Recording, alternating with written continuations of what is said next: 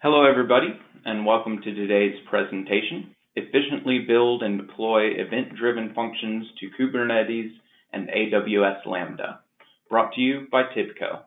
I'd like to introduce you to our presenters. Leon Stigter is a developer advocate at TIBCO Software, where he helps to create tools and technologies to drive the revolution of digital business. We also have Frank Martinez. Frank is an architect and developer with many years of experience with enterprise computing, specializing in BPM and integration. Frank has shifted focus and is the lead architect and maintainer of Project Flogo, an open source event-driven framework powering some of TIBCO's latest tech. Without further ado, I'm going to turn things over to Leon and Frank to begin the presentation. Awesome, thanks. So again, hello everyone, and welcome to our presentation on efficiently building and deploying event-driven functions to both Kubernetes and AWS Lambda. And the way we're going to do this is we're going to talk about a completely open source project called Project Flogo. Now, before we begin, I have to show two mandatory slides so that I'm going to make my entire legal team happy. And now we've got that out of the way, I do want to quickly introduce us, as we're going to be spending like the next 45 to 60 minutes together. So as Ryan introduced, my name is Leon Stichter. I'm a developer advocate at TIBCO. And essentially what that means is that my only goal in professional life is to make sure that developers get the best experience possible. By talking to developers and working with them to make sure that whatever we do in Project Flogo is ultimately going to benefit the actual people that are using the technology. I'm very passionate about things like open source, cloud, containers, and especially serverless. So it shouldn't be any surprise that my biggest the biggest thing that I'm looking forward to in this presentation is going to be the demo where we're going to be deploying things to both Kubernetes and AWS Lambda.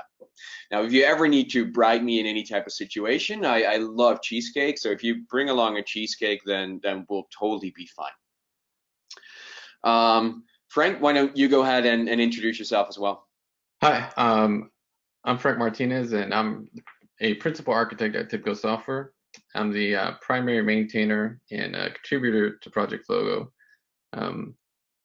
Came up with this because I just wanted to not do Java anymore, and this seemed like the perfect way to do something interesting at TIBCO that would benefit not only TIBCO, but the open source community as well. Awesome, thanks, Frank. And if we have time at the end of the presentation, you really have to talk about how you started Project Flogo in pretty much in a weekend because you wanted to learn something other than Java. So what we're going to do for today is we're going to talk about three things. Obviously, first I want to talk a bit about what is Project Flogo. Then Frank is going to talk about using Flogo as a library, and then finally we're going to look at some real life examples of using Flogo. So what is Project Flogo? Well, Project Flogo is an open source stack for building event-driven applications, and it shouldn't really be a surprise if you look at Twitter or things like DZone, for example, that event-driven architectures, and especially deploying that to things like Kubernetes or any of the other cloud platforms that exist as functions, that being event-driven is one of the core fundamentals of architectures today. As we started building out Project Flogo, we had a bunch of design goals that we wanted to make sure it was going to capture. So first off, it had to be super lightweight. And as we started building out Flogo, we realized that a simple Flogo app was actually going to be 10 to 50 times lighter than any Java, .NET, or Node.js application with comparable functionality. The other thing is that we wanted a visual modeling environment. Because as you get started with designing your microservices or functions or however you want to call them, then getting started is always the most difficult thing to do. So with our background in enterprise software, we wanted to make sure that you could visually create those microservices and test them inside a web browser as well. Then as it is an event-driven stack, we started out by natively supporting AWS Lambda. As Frank mentioned, Flogo is built on Go, so we worked together with the AWS teams to make sure that as they rolled out their Go support on Lambda, that we would be one of the primary integration frameworks that could run on AWS Lambda. One of the other things that we're super excited about is that it's 100% open source.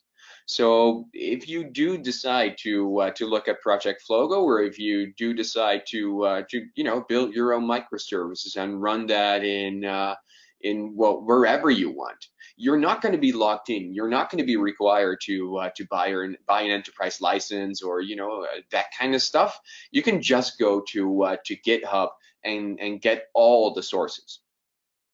And last but certainly not least, we wanted to make sure that you could build smarter functions using machine learning. And the way we did that was by incorporating a TensorFlow inference activity. So if you decide to build your own TensorFlow models, or if you have a data science team that builds them, and you want to use them in your microservice, then you can totally do that by just leveraging the inference activity. And the reason that is so super useful is as you look at smaller microservices and deploying them, for example, instead of to something like Kubernetes or Lambda, you decide to deploy them to a device on the edge as part of your IoT scenario. Then you don't want to go about and streaming all of the data back into the cloud, because for multiple reasons that's not going to be great. So you want your device to be able to make a decision. One of the examples I tend to use is that with more smart cars coming along, they're able to recognize what traffic signs what traffic signs mean. So, for example, if you're driving in your car coming up to a crossing with a stop sign, you don't want the car to be streaming all that data to the cloud, and then the cloud sending you back, hey, that was a stop sign, you probably need to stop, because by the time all of that data comes back, then probably you just crossed that crossing and you forgot to stop, and that could lead to terrible consequences. So who's Project Flogo meant for? And I mean, that's a question that we actually get a lot. So looking at the design experience, if your background is all about zero code development or low code development, depending on how you want to call it, then you can totally get started using our web UI. The Flogo web UI is available as a Docker image in either Docker Hub, or just go to flogo.io. Not right now, but like after the webinar, and it contains everything that you need to get started with Project Flogo. And during the demo, we'll actually look at building a small, simple service that you can either deploy to Lambda or reuse and deploy to something like Kubernetes. Now, the other thing that Project Flogo comes with is what we call our Flogo CLI. And getting started with the Flogo CLI, especially if you're a Go developer, couldn't be any easier. You just type in the command that is here on the screen. So go get -u GitHub, and then the rest of the stuff, and that will get you started with the Flogo CLI. From the Flogo CLI, you can do literally everything that you do in the Flogo web UI as well, simply because the web UI internally uses this exact same component to build and create everything. So no matter if you're a developer that really likes the more CLI approach, or if you're a developer that is super excited about visual designing your functions, you can get started with Project Flogo today. So why did we choose Go? And it's an interesting thing because, as Frank said, at TIBCO, we were used to doing everything in Java, and Java and Node.js are awesome languages, and I use Node.js a bunch for development as well, but they are very large, especially if you look at resource constrained environments. So we chose Golang for Project Flogo simply because it compiles natively and runs natively on pretty much any device that you're looking for. And with the static linking, it enables zero OS dependencies, which is super useful if you are designing a binary that you want to run on different types of Linux machines. So if you look at sort of the stack of things that you would need to take care of, then obviously everyone needs hardware, everyone needs an operating system, and then if you look at Java and Node.js, then they are going to require a sort of VM type thing, whether it's the Java virtual machine or the Node.js V8. And on top of that, you're likely going to have things like a framework. So, for example, I put in OSGI for Java. Obviously, Node.js is a framework in itself, and then you're going to build your app on top of that. Now, with Go, you're only going to care about the app itself because everything else is literally handled in that compiled binary. So as you look at designing, then the only thing you need to take care of is make sure that you have the right activities for the job, and that's why we chose Golang for Project Flogo. So now I want to turn it over to Frank because while using things like the web UI and the CLI is great, we thought we could actually make the Flogo experience a bit better. Thanks, Leon. So I'm going to give you guys an overview of the basic concepts of Flogo and also a look at how it can be directly used with code. I'm more of a coder than a presenter, so you may have to bear with me on this. Okay, let's go over some of the Flogo basics. At its core, it's an event action framework. So it consists of triggers, which listen to events, and actions that perform some work based on those events. These triggers and actions are both pluggable contributions, which we contribute some from the team, the core team, and also developers on the community also contribute those. Our original action is the flow action. That's basically the one that you'll see in the UI that you download from Docker Hub. It runs process flows, which is basically kind of graphical programming where you chain a series of activities together and perform logic on them and use that to compose a higher level logic, which is the work that you're going to do based on that event that you received. Activities are also a contribution, and I'll go into that a little bit later.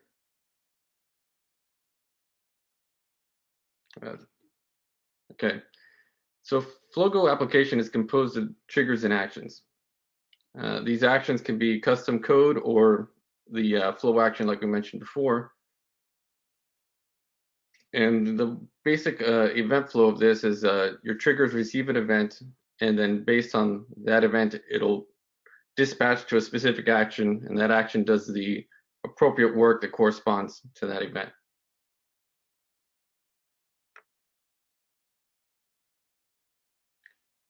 Good. Next. Okay.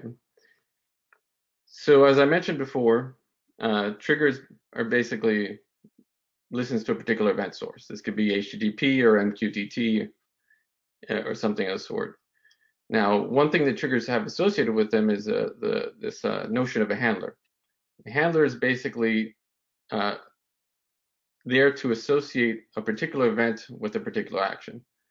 So, for example, if you have an HTTP source and you're creating a REST API, you might want to dispatch to a particular action based on the method and path, like if you have a get books or post a new book, for example. And then so handler is what's used to kind of associate that aspect of it by configuring with a set of settings and then kicking off the appropriate action based on that. So next we have a basic description of the actions, and actions are just basically something that performs work based on an event. And this can be simple Go code that you can implement our action interface, or it can be contributed ones. For example, we have the flow action, which we mentioned before, but also we have coming out a streaming action, which is event streaming. Now, in our flow action, we do have this other contribution, which is called activities. Now, activities are similar to actions in the idea that they perform work, but they're intended to be a little bit simpler than that. The idea is that you chain these together, these simple sets of functions, you chain them together to compose some higher order logic. And these activities can be things like log a message, call a service, aggregate some values, things like that that you can put together to compose this your kind of the work that you're trying to do in an action. Now, right now, we incorporate those in our flow action as basically imagine as nodes in a graph, and then you connect those with links. But these activities can also be used in your own contributions, your own actions.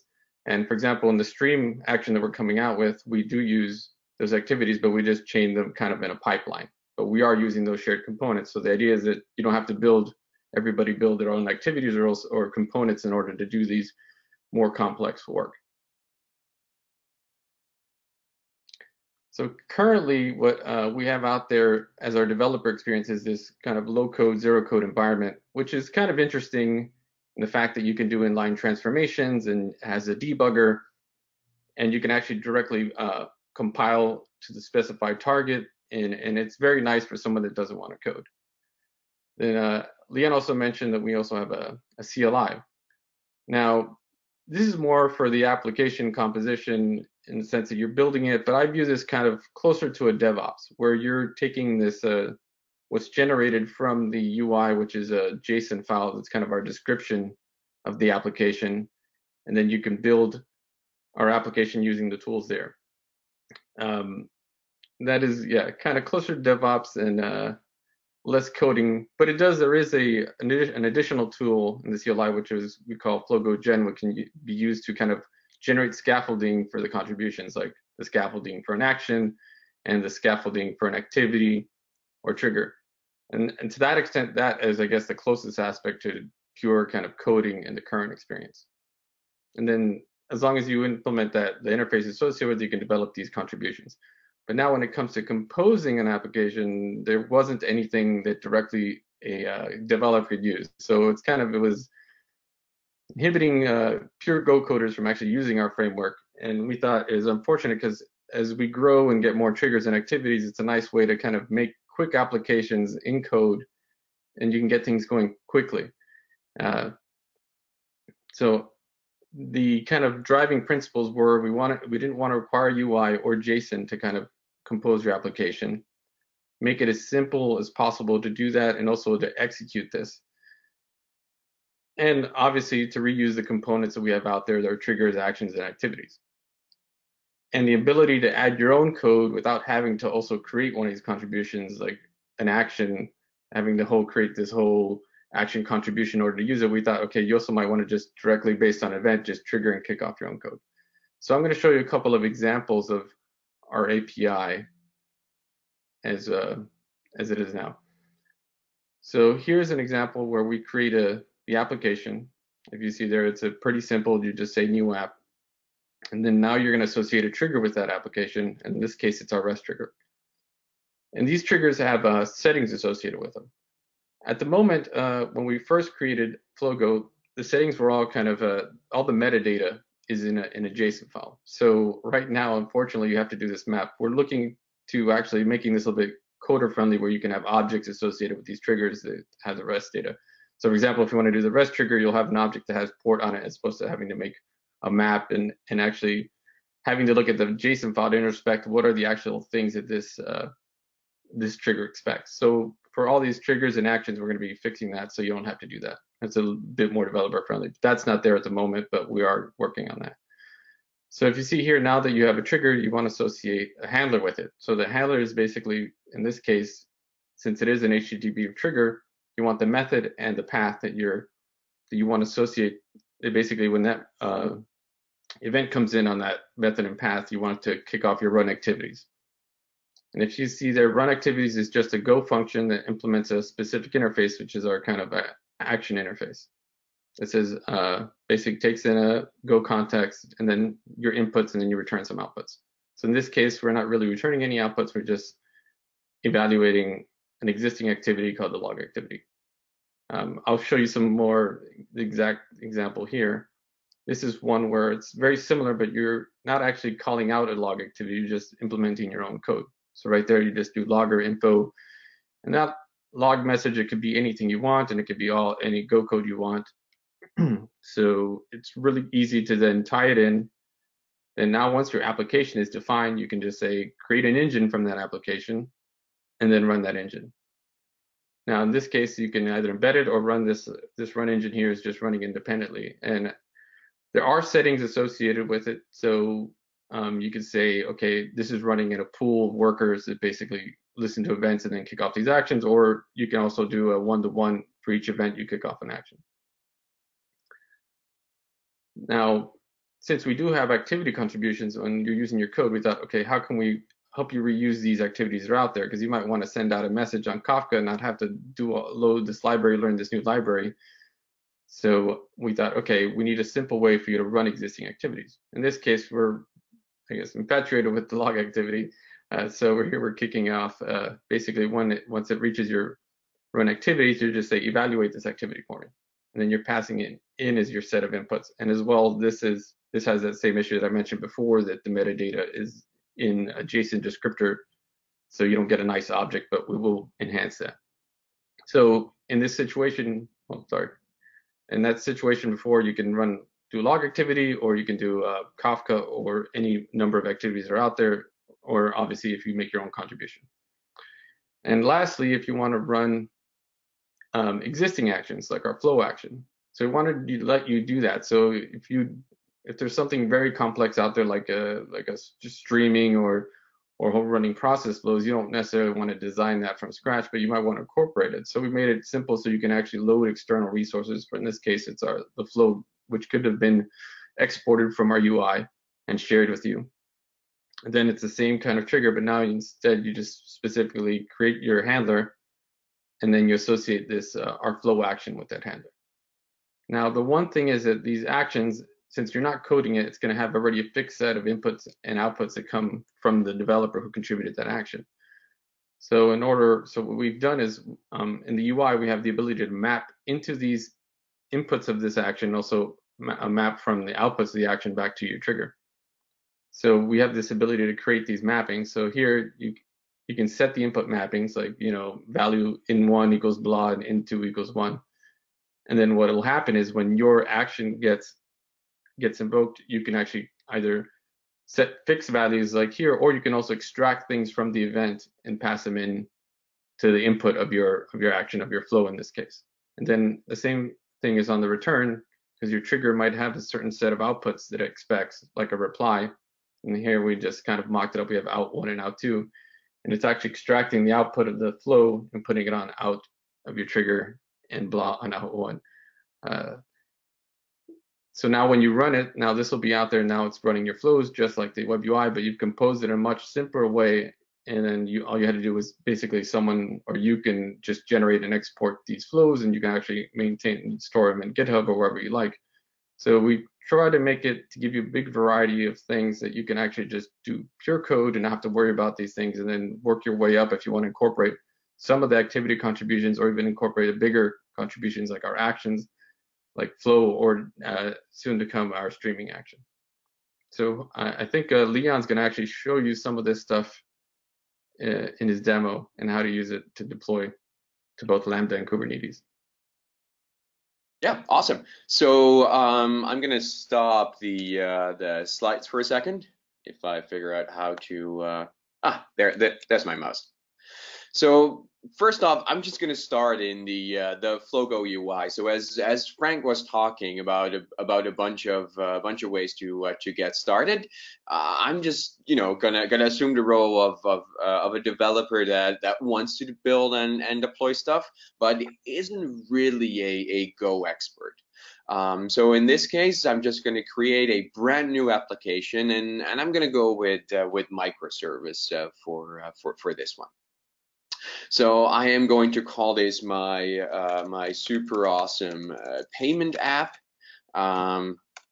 And then, as Frank mentioned, as he was just talking about all the different components that make up Flogo, there are a bunch of constructs that we call flow. So in this case, I'm going to create a flow, and I'll call this my super awesome flow.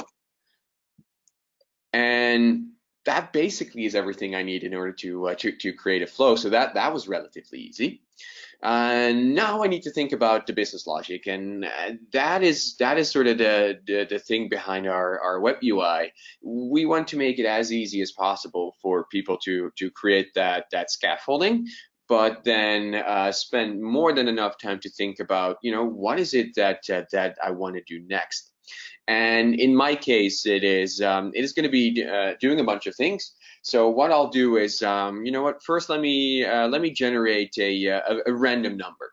So I just clicked on that plus, and you'll see here that on the right-hand side of the screen, a bunch of things popping up. And these are all the activities that my Flogo web UI currently knows about. So those are things that come from the core contributions of Flogo, things that I have built myself, and things that other people in the community have built. So for my super awesome payment app, I need a random number, simply because it's going to return a date or something. So I'll do a random number, select that, and as Frank was talking about the inputs and outputs, there are a bunch of ways how you can do that through the UI. So for example, right here, I can say, well, the minimum is going to be 0, the maximum or the max number I'm going to generate is 10. So it's going to generate a number between 0 and 10. Then the next thing I want to do is, because I don't trust any systems, I want to log that to our standard output, simply because in that case it can be streamed to the Kubernetes logs or a CloudWatch if you're deploying to Lambda or any such of those event sources. So I'm going to go with log message. And instead of hard coding the message, what I'm actually going to do is use the configure option, and that actually allows me to use a bunch of functions and use all the data that existed in previous activities. So what I'm going to do here is I'm going to click on a message, because that's the thing it's actually going to log. And what I want is the result coming back from the previous activity. And in our case, the previous activity was the random number thing. So just click on it, fills it in, and hit save. So the next step that I want to do is I want to make sure that it returns something. So in order to do that, I'm going to click on here and select the return activity. And in that case, what it does is it takes the output that we've been generating and sends it back to our trigger. Now, what I haven't done yet is actually select which trigger I want. So I can click on the little plus icon here, and that will give me a list of triggers. So out of the box, it comes with a bunch, and within the Flogo community, a bunch of people have created other triggers as well. And I'm just going to start with a simple HTTP message. So in that case, as I click on it, it's going to prompt me for a bunch of things that it needs. So as with a traditional sort of HTTP server, it's going to request a port. So I'm just going to run it on port 4x8. Every flow is going to be associated with a specific type of HTTP method in this case. So I'm just going to make it easy for myself and go with the get operation. And the path is essentially gonna determine what the path is. So for example, I could do something like greeting, or actually, to make it more in line with the flow I'm building, I'll call it invoice. And I can add path parameters such as ID, for example. So great. So now it's saved all that. And now I can put in my input output parameter. So I just had the ID. So let me actually go do that. and in that case, a map flow to input. So this is the input coming in. I had a path parameter called ID. So it's really sort of a JavaScript-y type language that we're using in order to make sure that you can very easily do that kind of mapping, and internally it just translates it into Go templates. If you want to look at the entire source for this, you can check that out on our Flogo repo. And this is actually all I need in order to build a relatively simple app. And what I can do now is I can go here, say, you know what, create a binary for me that runs on Mac OS or a bunch of different Linux systems or Windows if I want to run on some other system. So I'm just going to do Darwin for now. It's going to take a couple of seconds in order to build everything.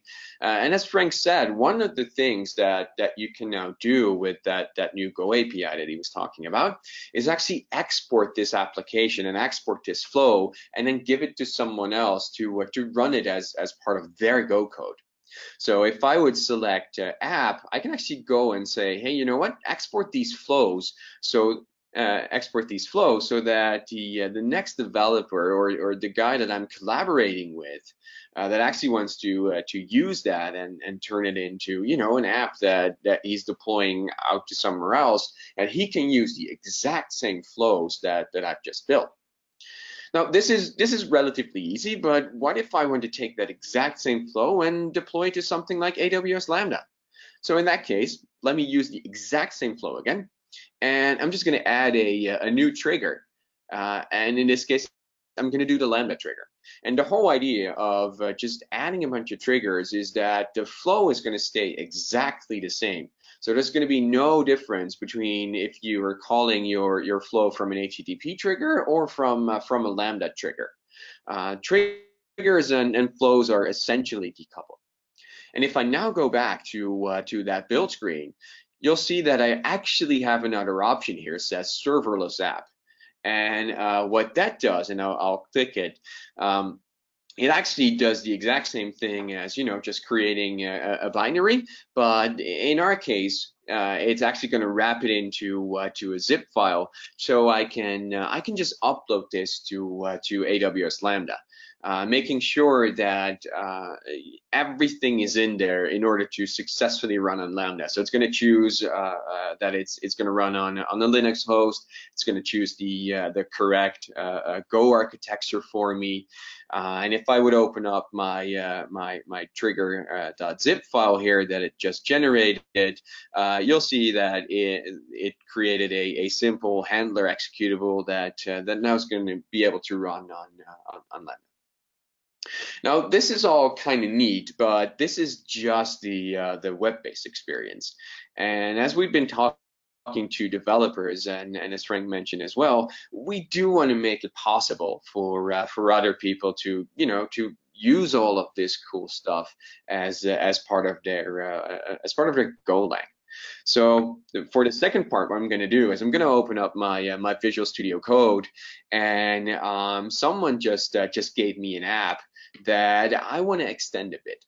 So this is one of the examples that we have, and what it does is it's relatively similar to the app we just had in the web UI, and the big difference is that this is all Go code. So it's accepting an ID as a path parameter. It's going to do a bunch of other things, but it's missing some critical logging, or at least I think that logging is incredibly important. So where it says here execute the log activity, I'm actually going to add using nothing but a bunch of Go code how you can do that. And of course I could write something like a logger.info or just do a standard out, but I'm actually going to reuse the Flogo activity that exists for logging so that you can see how you would be able to do that. So in my case, I'm first going to create a map, and that's going to be a map string interface. And as Frank said, right now you kind of have to know what the different inputs and outputs are as we're working through generating that metadata. So in this case, I know that as I just saw on the screen, one of the inputs is going to be the message that we actually want to log, and in this case, I want to log the idea that's part of my path parameters. The other two things that we have are flow info. You know what? I actually probably want to log that too, and add to flow so that all of the outputs of this exact action are going to be usable throughout the rest of the flow as well. So this was relatively easy. Now let me actually go and execute my my activity. So in that case, it's going to be flogo.eval activity, which basically tells that the Flogo engine that you want to evaluate an activity. And in my case, it's going to be the log activity struct. And I'm going to pass in all of the input parameters. So this essentially makes it really easy to just go execute all of the existing actions that are there. Obviously, I need to do some error handling. So if the error is not nil, in that case, I'm going to return nil as the object I'm returning and the actual error, so that someone else, either the person invoking my flow or maybe somewhere else in my code, I can actually handle that error. Now, if you look a bit further in the code, and let me actually select this statement here. So what it actually does is mixing the output that we get from, well, in this case, the random number activity that we had in the UI as well, and actually extracting the value from that as typical Go code. So we're mixing in this application. We're actually mixing and matching the code that would come from Flogo with traditional, if you can call it traditional Go language. So in order to deploy this and make this available in Kubernetes, I'm going to actually open my my terminal. I'm going to go to the right directory, and the only thing I obviously need to do is since I kind of cheated and already created a Docker image, the only thing I need to do is do kubectl -f apply -f and then the invoice YAML file, and in that case it's just going to compile everything, move it into a Docker container, make sure that the Docker container exists in my case the public GitHub repo that I have, and from there actually going to create an invoice service. So I'm going to hit enter, and right now the Kubernetes cluster that I'm running on my local machine is going to take care of everything. So I'm going to go over to the Kubernetes dashboard that's actually running on my machine, and if anyone's wondering, this is just a simple Minikube cluster because I am running it on my Mac. And as you can see, like 14 seconds ago, it started creating the invoice service. It started creating everything that I need, and it's really that simple to make sure that you can take the existing flows that you either created in the Flogo web UI and mix it with a bunch of Go code, or simply from your your UI move things into Kubernetes. Now on our documentation page on flogo.io, we actually have a ton of tutorials that will actually guide you through the exact same scenario that I just did. And if you want, there is an entire script that you just have to press enter, and it will tell you everything that's going to do. And we have other tutorials as well, a bunch of interactive labs using Katacoda. So I would absolutely recommend everyone to go check out that documentation page.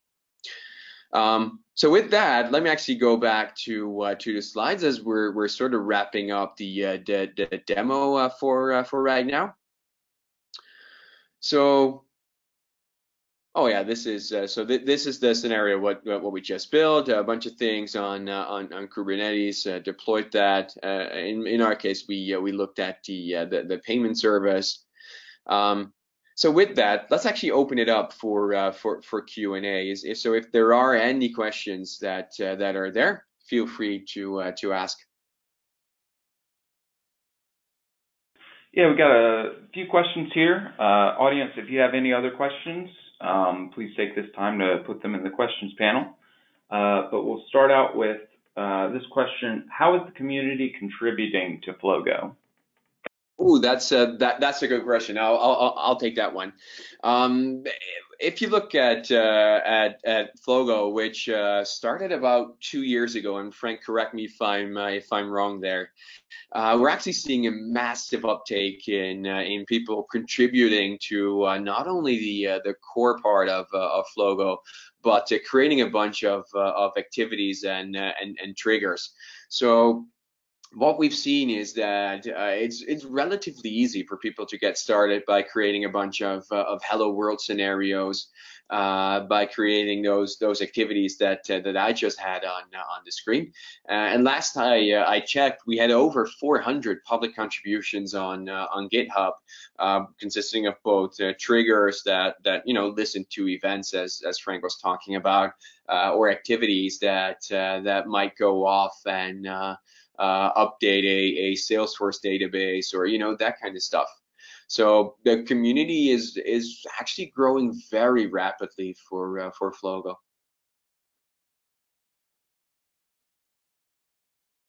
Great. We have a question from someone here who said they enjoyed the demo and wants to know where they can find the script and the other things that you had mentioned during the demo.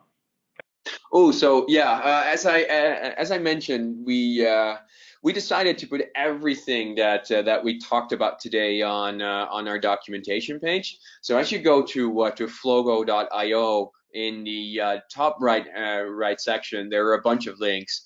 One of them will take you to our GitHub repos, so that you can see the exact source code of the entire Flogo project. And right next to it is going to be a button that says documentation. Now, as you click on that button, you're obviously going to find all of the documentation on how to work with Flogo. But there is a special section with labs, and in that lab section, we actually have all the tutorials that we've built so far in order to get you up to speed with Flogo. One of them being this Kubernetes tutorial.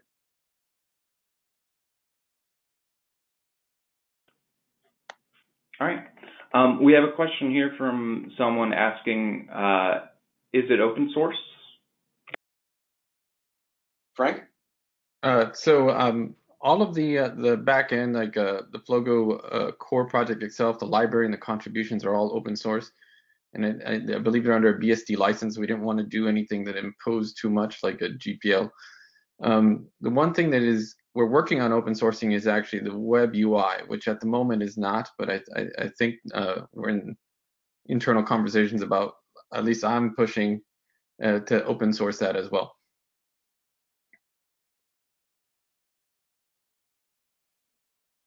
Awesome.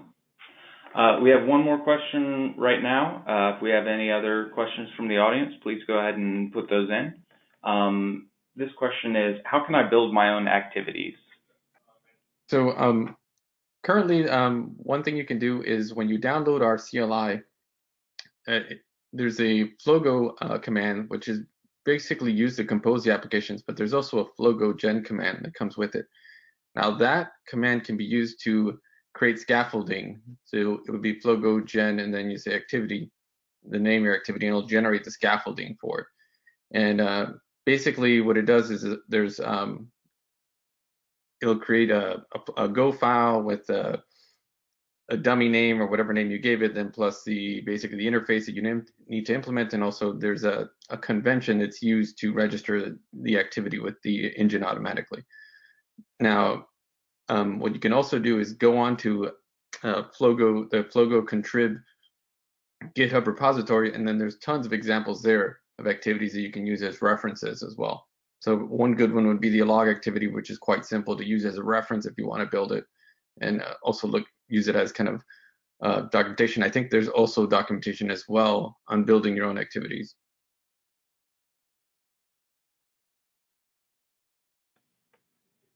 Okay, we have a couple more questions coming in. This next one, as a beginner, how easy is it to learn Golang? And is it something that can be done for developers who have expertise in other languages?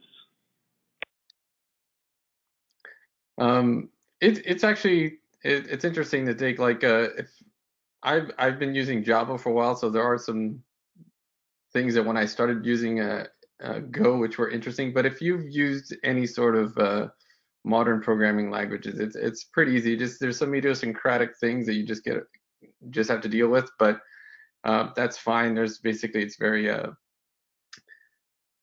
onerous on the syntax on where you can have your curly brace and not. But nowadays that stuff is a thing of the past. I don't think it's that big a deal, but it basically, if you know any sort of kind of Java or JavaScript or anything like that, it's pretty simple to get started on it. It's not terribly verbose like some other languages, and it's really easy to get something small done quickly.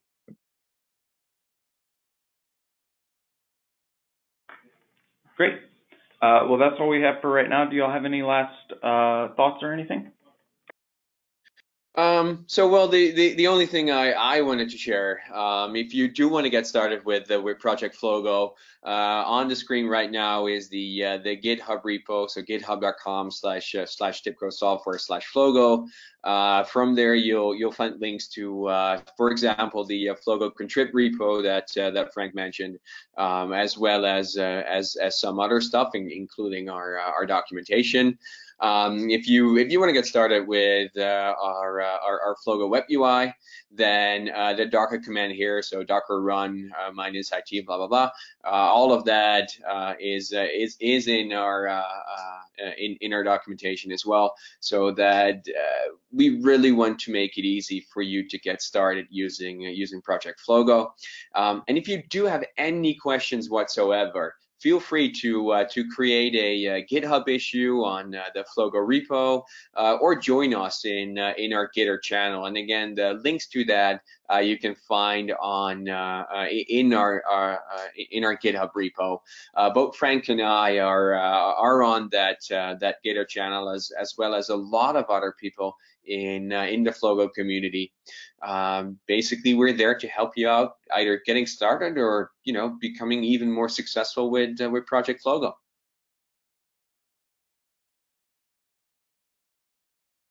Great. Well, thanks very much, Frank and Leon, for a wonderful presentation today. I'd also like to thank today's sponsor, TIBCO, for providing the DZone audience with a great webinar.